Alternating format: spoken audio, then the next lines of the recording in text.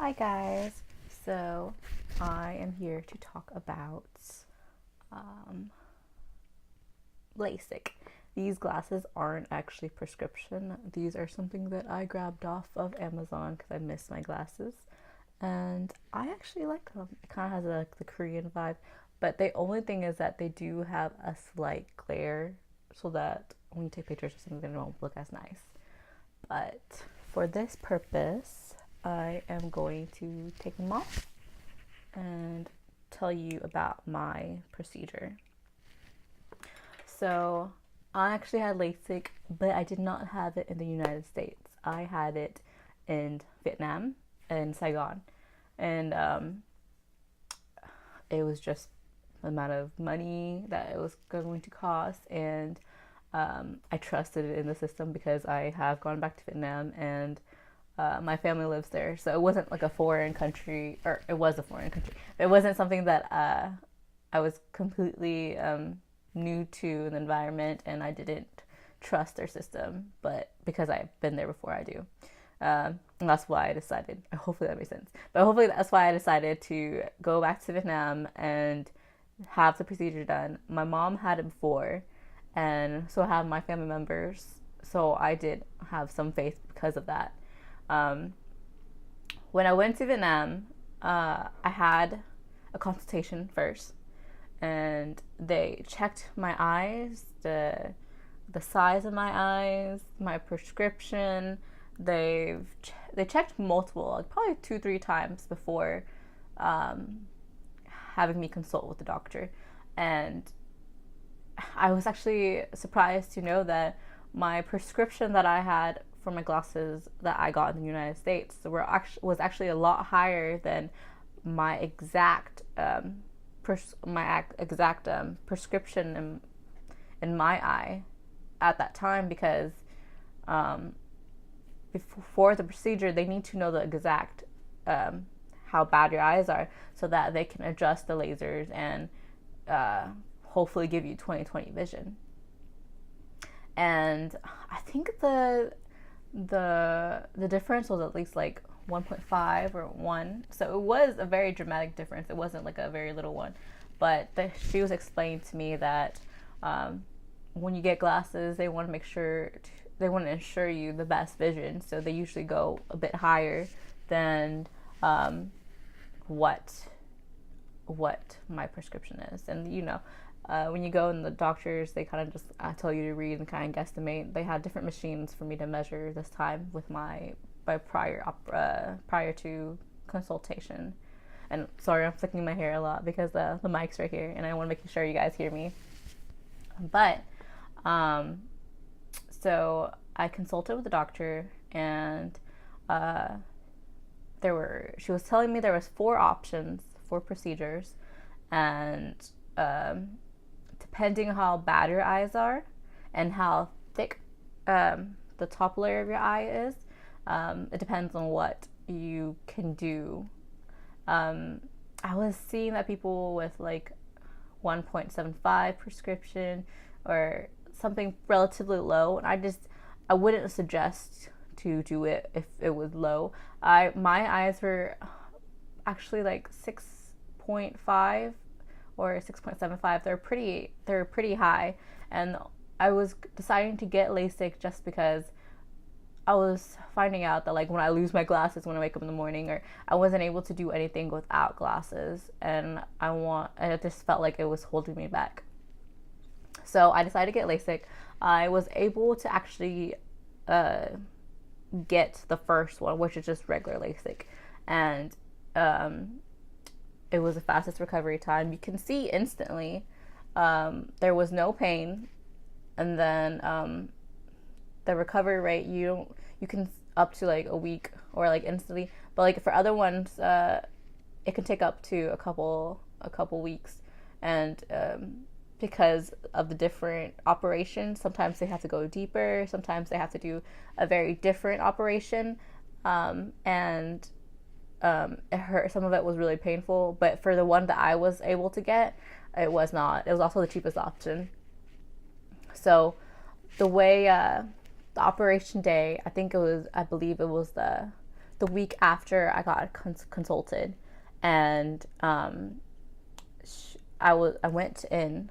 I had my cousin or my uncle drive me, and I went in, and the only thing is that they prep you in multiples. So they would call about like 5 people. They would have you wear the caps and then the gowns, and you weren't allowed to touch your eye or anything because it wasn't sterile with your hands. So after that, they taped my hair back. They put all my hair in the cap, and they taped where the cap and my skin met, so that it was secure, so that there was not gonna be any like flyaway hairs or anything going in or anything affecting the sterile eye right here. They flushed out my eye, and they wiped around my eye so that it was a sterile surface.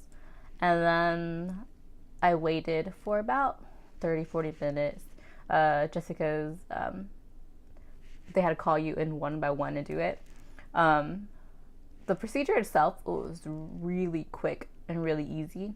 The only thing that was creepy, so how the procedure works is that they take kind of they kind of spread out your eye with a metal thing. It doesn't like hurt, it doesn't like tug on your eye, but it does look scary if you look prior to procedures, but it doesn't hurt at all. And once it's so close to your eye, you can't tell anyways what they're doing. So they took it under your eyelid here, up here and down here, and they spread it out so that, you know, when you blink or anything like that, it won't affect the procedure. And then after that, they put in they put in numbing medicine or all that medicine prior already, and I had to take antibiotics prior to the procedure. And then they had a machine, and the machine is laid on top of your eye, and it's measured exactly to where your pupil is, or where the brown spot is, and they cut a circle right there. They leave a little section about right here that isn't cut, and it's still attached to your eyeball. And then using a foam or some tools, they flip the lid that's been cut up, and then they apply the laser, or they have the laser do it. And while you're doing that, you're supposed to make sure that your eyes are open completely and not to blink as much as possible, so that a laser can be as effective as it should be.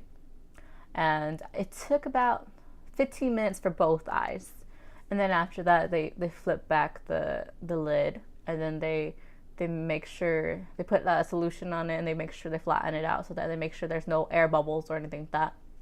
And then you're good to go after that. So I actually got discharged. Right, but after that, I can see, but I was not able to see clear, sharp lines. So I can read the words, but you can tell that it was a little fuzzy. But it was the best vision that I've had in years. And I was a bit worried about the fuzziness. It didn't go away for me until probably 3 weeks. I could tell something was off, in the sense that like there wasn't sharp lines, but I can read everything.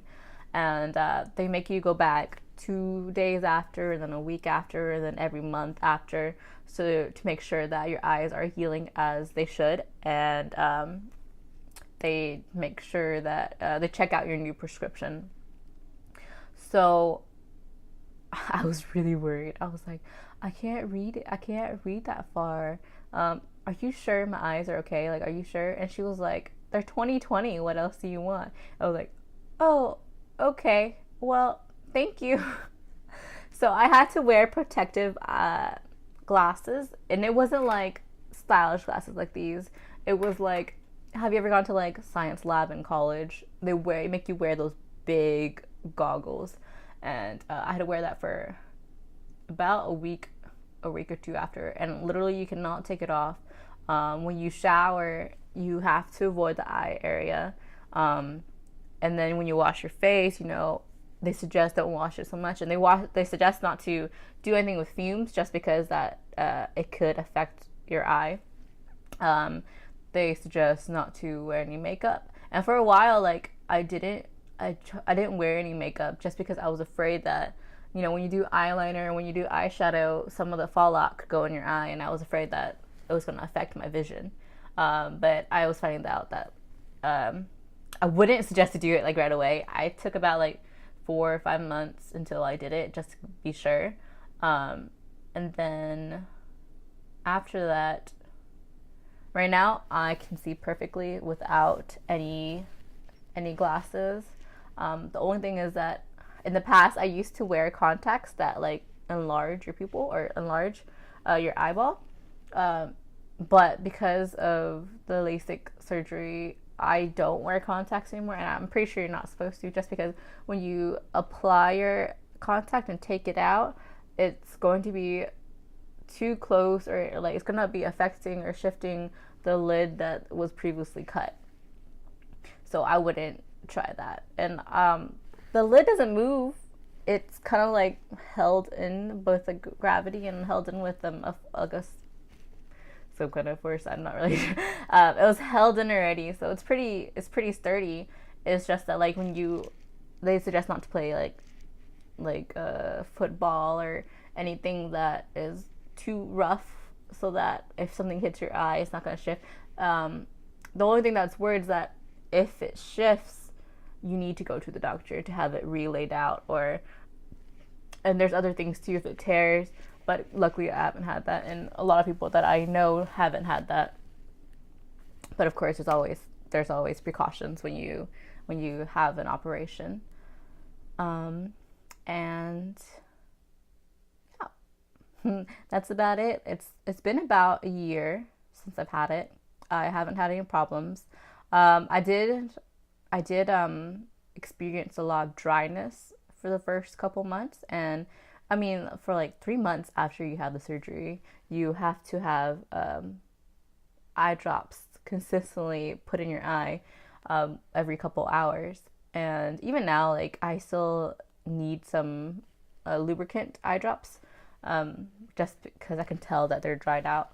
But when I drive, it's fine. At night, it's fine. There is a little glare in the like headlights sometimes, but I'm not worried about it. I believe it costs around $1,500 USD once it's converted from Vietnamese money. And yeah, so hopefully my experience has helped anyone who is thinking about it, even if it's not like you're thinking about having it done in Vietnam, even just how my recovery and my procedure experience maybe helped you. And thanks for tuning in. See you guys next time.